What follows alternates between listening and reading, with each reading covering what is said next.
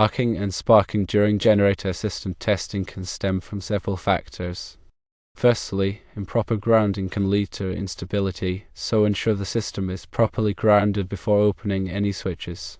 Secondly, loose connections, particularly in the main distribution boards or MDB and main switches, can create arcing as current flows.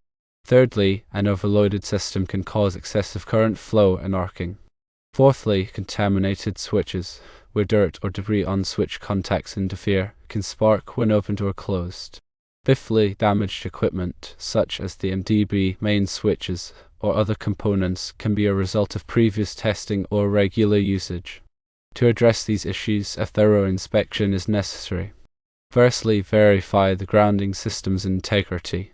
Secondly, tighten all connections, paying close attention to those in the MDB and main switches.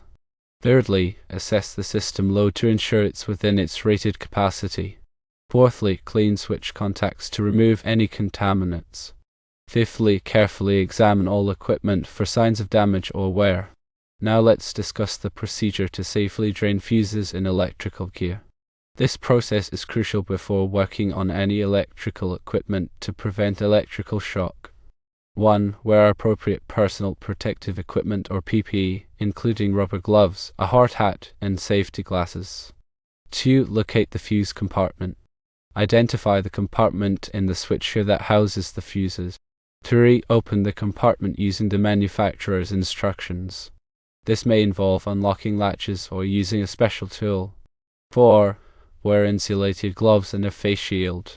Ensure you are using insulated gloves to avoid shock and a face shield to protect your eyes. 5. Short the fuse terminals. Use a non-conductive jumper wire or fuse puller to short the terminals of the fuses. This will discharge any residual energy stored in the capacitors. 6. Remove the fuses. Once the fuses have been discharged, you can remove them from the compartments. 7. Inspect the fuses. Examine the fuses for any signs of damage or blown elements. 8. Replace damaged fuses. If any fuses are blown or damaged, they must be replaced with new fuses of the same type and rating. Additional considerations are also important. Always follow the manufacturer's instructions and safety protocols for testing and maintaining electrical systems. Use calibrated test equipment to ensure accurate and reliable results. Perform a comprehensive inspection of the system before and after testing to identify any potential issues. Consider consulting with a qualified electrician or engineer if you are unsure about any aspect of the testing procedure. Regarding the issue of fuses blowing at the utility and in the main switchgear, several possibilities exist. One is the inrush current when the generator starts. The sudden surge of current could be higher than the fuse's rating, especially if the generator is large or the system has significant inductive loads. 2. Harmonics, which are distortions in the current waveform, can cause fuses to blow even if the overall current is within the normal range. 3. Voltage imbalances can lead to excessive current in certain phases, potentially overloading the fuses. 4. A ground fault in the system can create a high fault current that exceeds the fuse's interrupting rating. 5. Coordination issues between the fuses and other protective devices can cause the fuses to blow unnecessarily. 6. The fuses themselves may be faulty or nearing the end of the lifespan, making them more susceptible to blowing. To troubleshoot the cause, several steps can be taken. Firstly, analyze the system's load profile to determine the expected inrush current during generator starts. Secondly, measure the harmonic content of the current to identify any significant distortions. Thirdly, check for voltage imbalances across the phases. Fourthly, perform a ground fault impedance test to identify any potential ground faults. Fifthly, review the fuse coordination study to ensure that the fuses are properly sized and coordinated with other protective devices. Sixthly, inspect the fuses for any signs of damage or deterioration. It's also important to note that the fact that the test was performed successfully a week earlier without any problems suggests that something may have changed in the system or the testing procedure. One possibility is that the system load was different during the second test, leading to higher inrush currents. Another possibility is that the utility grid conditions were different, resulting in voltage fluctuations or other disturbances. Additionally, any changes in the generator's settings or performance could also contribute to the problem. To prevent future occurrences, consider the following measures.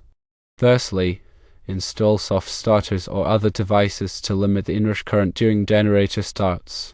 Secondly, implement harmonic filters to reduce harmonic distortions in the current waveform. Thirdly, use voltage regulators to maintain stable voltage levels across the phases. Fourthly, improve the system's grounding to minimize the risk of ground faults. Fifthly, ensure proper coordination between the fuses and other protective devices. Sixthly, regularly inspect and test the fuses to identify any potential problems. When working with electrical systems, safety should always be the top priority. Always follow the manufacturer's instructions and safety protocols.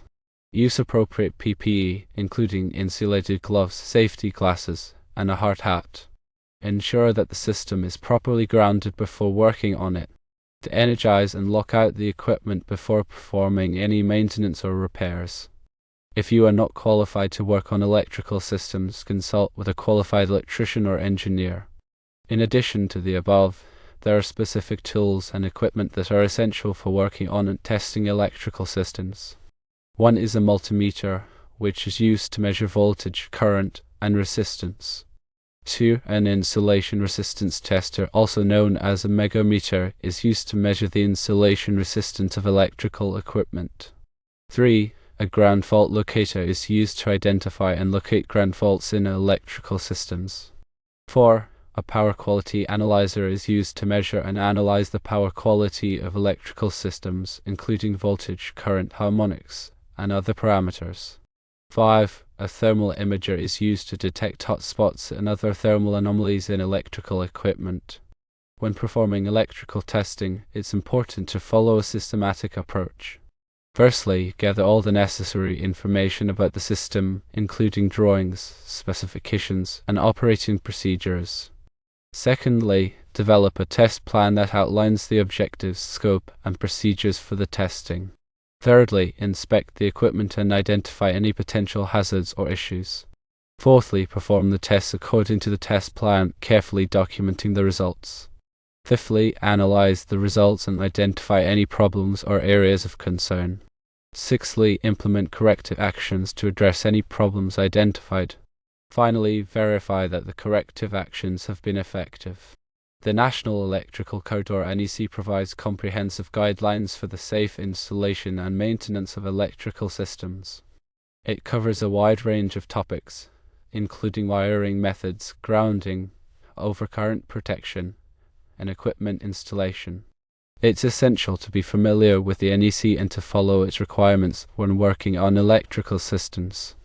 Some specific NEC articles that may be relevant to generator systems include Article 700, which covers emergency systems, Article 701, which covers legally required standby systems, and Article 702, which covers optional standby systems.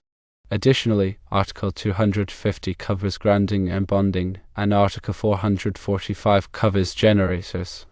The NEC is updated every 3 years, so it's important to stay current with the latest edition. The importance of regular maintenance and testing of electrical systems cannot be overstated. Regular maintenance can help to prevent equipment failures, reduce downtime, and extend the life of the equipment. Testing can help to identify potential problems before they lead to major failures. A comprehensive maintenance and testing program should include visual inspections, cleaning, lubrication, tightening of connections, insulation resistance testing, ground fault testing, and power quality analysis.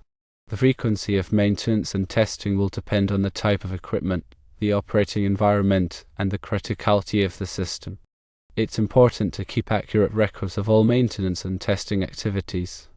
These records can be used to track the performance of the equipment, identify trends, and plan for future maintenance and testing. The records should include the date of the maintenance or testing, the type of work performed, the results of the testing, and any corrective actions taken. The records should be stored in a safe and accessible location. In conclusion, understanding the potential causes of arcing and sparking during generator system testing, following proper procedures for draining fuses, and implementing a comprehensive maintenance and testing program are essential for ensuring the safe and reliable operation of electrical systems.